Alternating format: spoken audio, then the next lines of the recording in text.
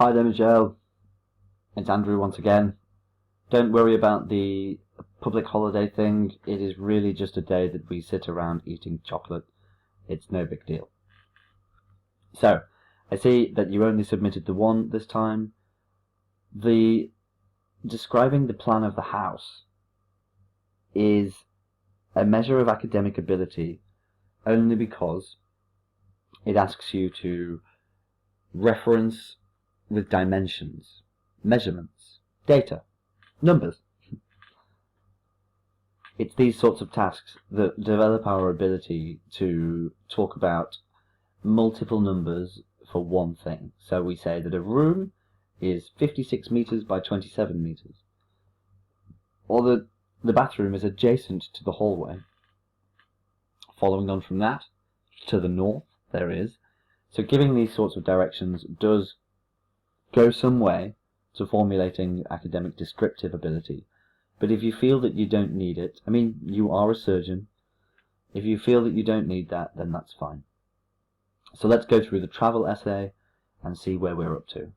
Now, you mentioned feeling nervous at the time constraints of the exam. Now, this is a matter of practice and confidence. Continuing to practice develops the abilities, and then your only concentration need be on becoming faster. But you don't get faster by stressing about it. In the exam, it's best to take a deep breath, formulate your ideas, know what you're going to write about, and start writing.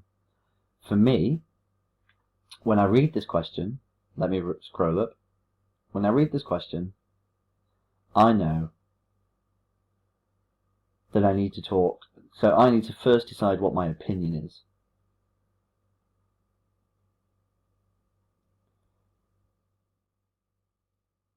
Actually, this one doesn't ask for your opinion. It's still good to decide what you think, but you're going to want one body paragraph for the advantages and one body paragraph for the disadvantages. Why is travelling good? Why is travelling bad? And rather than trying to think of every single sentence at first, think of the example.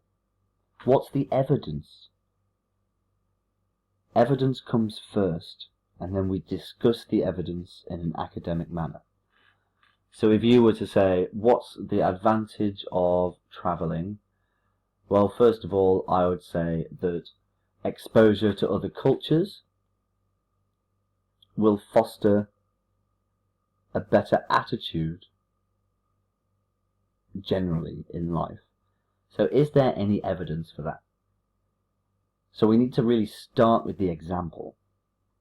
And then once we have the example, you have used here trade, which is great. Becoming more tolerant of other cultures does actually increase trade. Trade also increases tolerance in other countries. So it's a bidirectional effect. So if we look for an example of travel increasing trade, and we have it, then all we need to do is introduce the area in which that example falls, describe the idea, and then use the example we've already thought of to support it, and then wrap it up. Evidence first. So let's read through. The issue of a global increase in travelling has some clear advantages and disadvantages. This essay will discuss both aspects, giving environmental and socio-economic examples to support points and arguments. Wonderful. On the one hand, air travel has been known to have environmental effects. So is this positive or negative effects?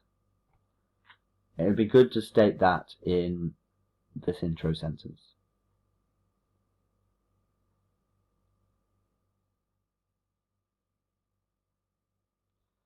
I wouldn't use however here either, because this follows on well from this sentence. If you say on the one hand, air travel has been known to have negative environmental effects. The emissions from jet engines contribute significantly to global warming. Then we could say However, a study performed by NASA and recently published in Nature showed that the carbon emissions of an airplane at a high altitude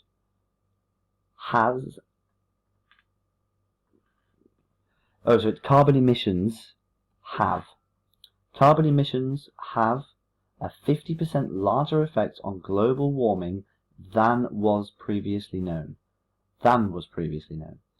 Therefore, people should be even more aware of the deleterious effects of flying on the melting of flying.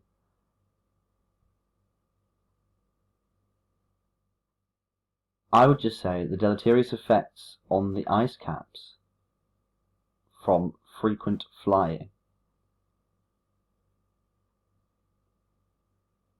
Actually, wait, I've changed my mind. People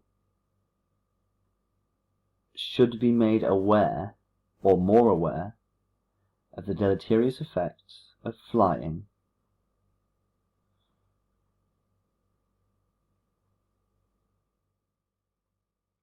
so I think this needs some more explanation. I think rather than talking about what people should be made aware of, I think what we should say is that, therefore, flying frequently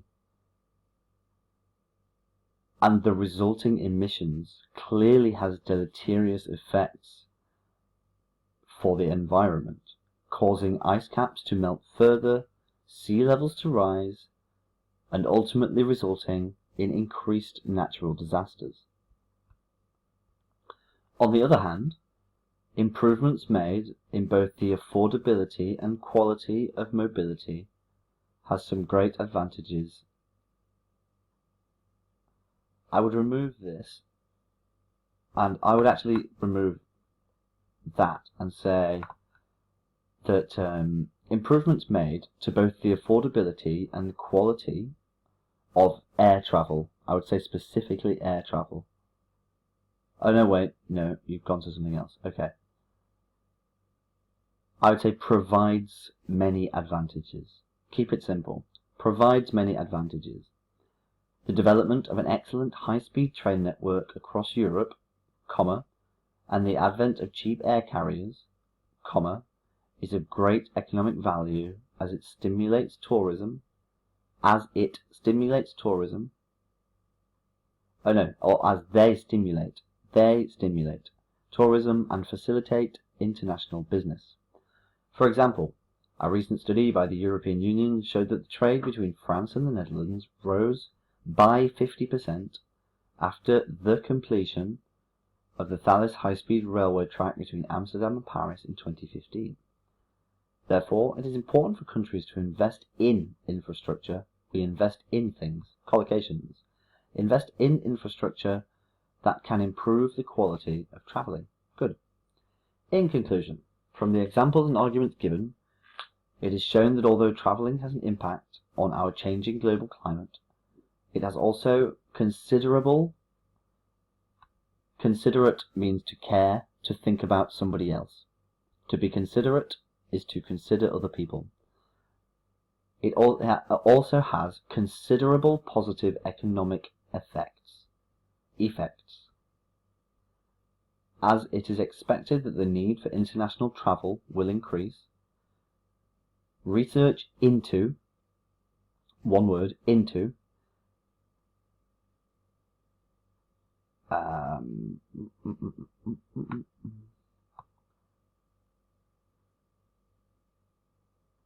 clear ways of flying doesn't really match. I would say improved methods of travel, or more efficient methods of travel, or methods of travel better for the environment should be promoted.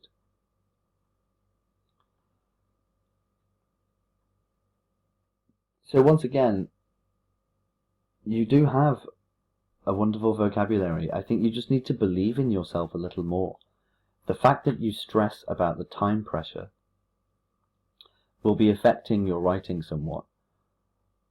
I would try my best to calm yourself down and have faith in yourself, because an exam like IELTS It can't be beaten. You can't win it.